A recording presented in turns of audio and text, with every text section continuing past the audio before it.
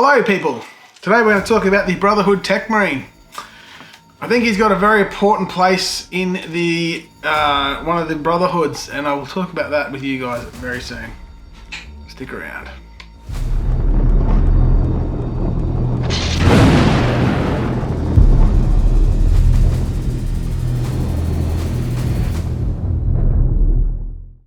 So the Brotherhood Techmarine.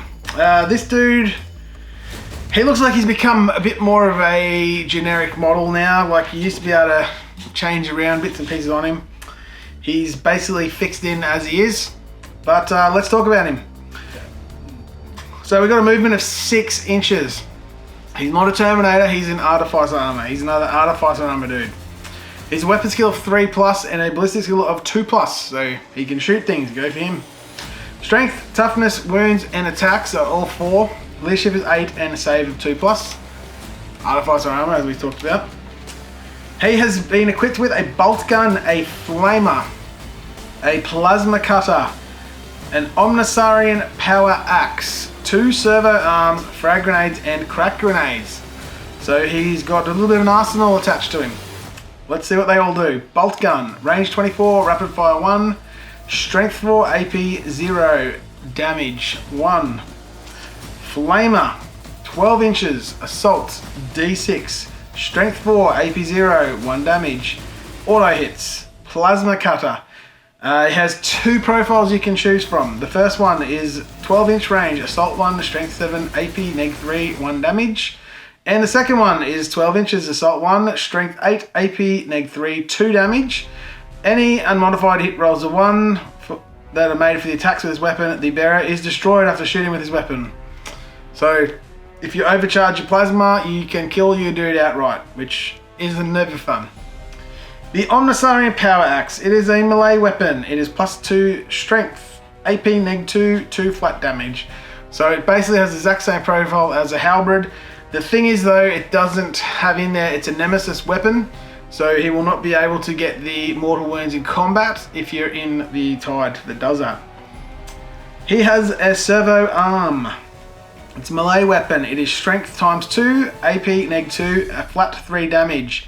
Each time the bearer fights, no more than 1 attack can be made with each servo arm. So out of his 4 attacks, you can make 2 attacks because he's rocking 2 of these things. So you can do 2 attacks with the servo arm and 2 attacks with the Omnisarian Power Axe if you so desire. So this model's bolt gun can be replaced with 1 bolt pistol. I probably wouldn't. Now, it does say bolt gun, it doesn't say he has a storm bolter, so you can't give him the cool relic. He'd be cool to have it on too, but you got to keep in mind as well, he's not a Terminator, so he does have the half range and all that sort of stuff, so not the best, and there is a relic that you'll absolutely want to give this dude. So he has an ability, Knight of Titan. He has a rule, Blessing of the Omnisar. At the end of your movement phase, this model can repair 1 friendly Grey Knight's vehicle model within 3 inches of it. That vehicle model regains up to D3 lost wounds. Each model can only be repaired once per turn. Vehicle model, alright, we'll go back to that in a sec. Awaken the machine spirits. In your command phase, this model can awaken 1 friendly Grey Knight's vehicle model within 3 inches of it. Until the start of the next command phase, each time that vehicle model makes a range attack, add 1 to that attack's hit roll. Each model can only be awakened once per turn. Alright, cool. So yes, with Awaken the Machine Spirit, you've got to keep in mind, it does say on there, in your command phase. It's a bit like the Chapter Master ability where in the command phase you point at you and go, righto, you guys, you get to reroll hit rolls. So here in his command phase points to something and goes, bang, alright, you guys get to reroll hit rolls. Where that's important is if you take one of these, right, you got a Storm Raven gunship filled up with all kinds of guns and stuff that are designed to kill stuff. You start that on the table right next to the Techmarine, okay? The Techmarine in the command phase points at it and says, okay, you get +1 to hit. The Storm Raven then just flies off in the movement phase. It's still got that +1 to hit active, okay? That Storm Raven's now suddenly punching out like heaps and heaps of good quality fire with a 2+ to hit. Now, the other thing that's cool on is a Land Raider. Now, we do have a couple of different Land Raider options, but we'll talk about the Land Raiders in their own video. We'll talk about all three together. But the Land Raiders, you've got some twin las cannons and some heavy bolters, things like that. So being able to get them up to ballistic skill 2+ as well is fantastic. The other thing is, if these units both get bracketed, you can then use that to increase it. So if you're, let's say your Land Raider's he's got 2 wounds left, right? He's hitting on ballistic skill 5+. You go, okay, cool. Land Raider, you need some help. Sweet, now the Land Raider's hitting on a 4 place again. So there is a strat, the Machine Spirit strat you can use, but then that's an option if you don't have any CP as well.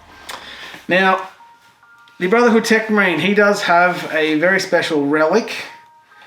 It is called the Aetheric Conduit. I hope I said that correctly. I am dyslexic and reading isn't my strongest point, but I have gotten good over the years, just through practice. But feel free to laugh at me in the comments, because it's pretty funny. Anyways, Techmarine, model only. Each time the bearer repairs a model using its Blessing of the Omnissiah ability, that model regains up to 3 lost wounds instead of D3. So when you go, okay, it's the end of my movement phase, I'm within 3 of this vehicle, instead of going, okay, D3 extra wounds on you, he now just goes bang, 3. D3 sucks, 3 straight up is good. So I would be taking that relic on this dude if you're going to run him in your force. Now, he does blend in really, really nicely with a very specific Brotherhood, and that is the Sword Bearers.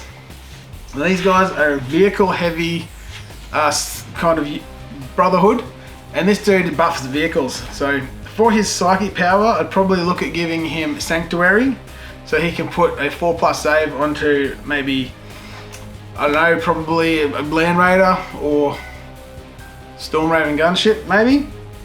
I'd look at possibly giving him the Warlord trait, Rights of Protection. I'd probably have a second dude somewhere with also Sanctuary, so you can do both. Now, Rights of Protection is a psychic action and is a warp charge of 5.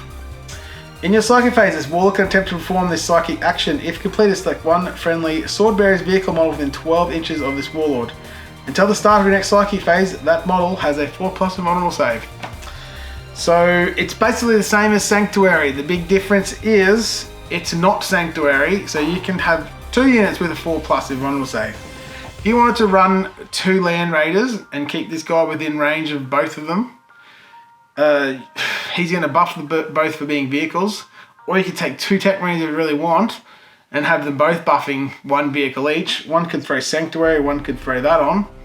And then each of them could pick a vehicle each and give it +1 to the attack hit roll. Now, another cool thing is their stratagem. So the stratagem that they can have, it is you select one enemy unit within 12 inches invisible to a Sword Bearer's Psyker. Okay, so you have some intercept something nearby.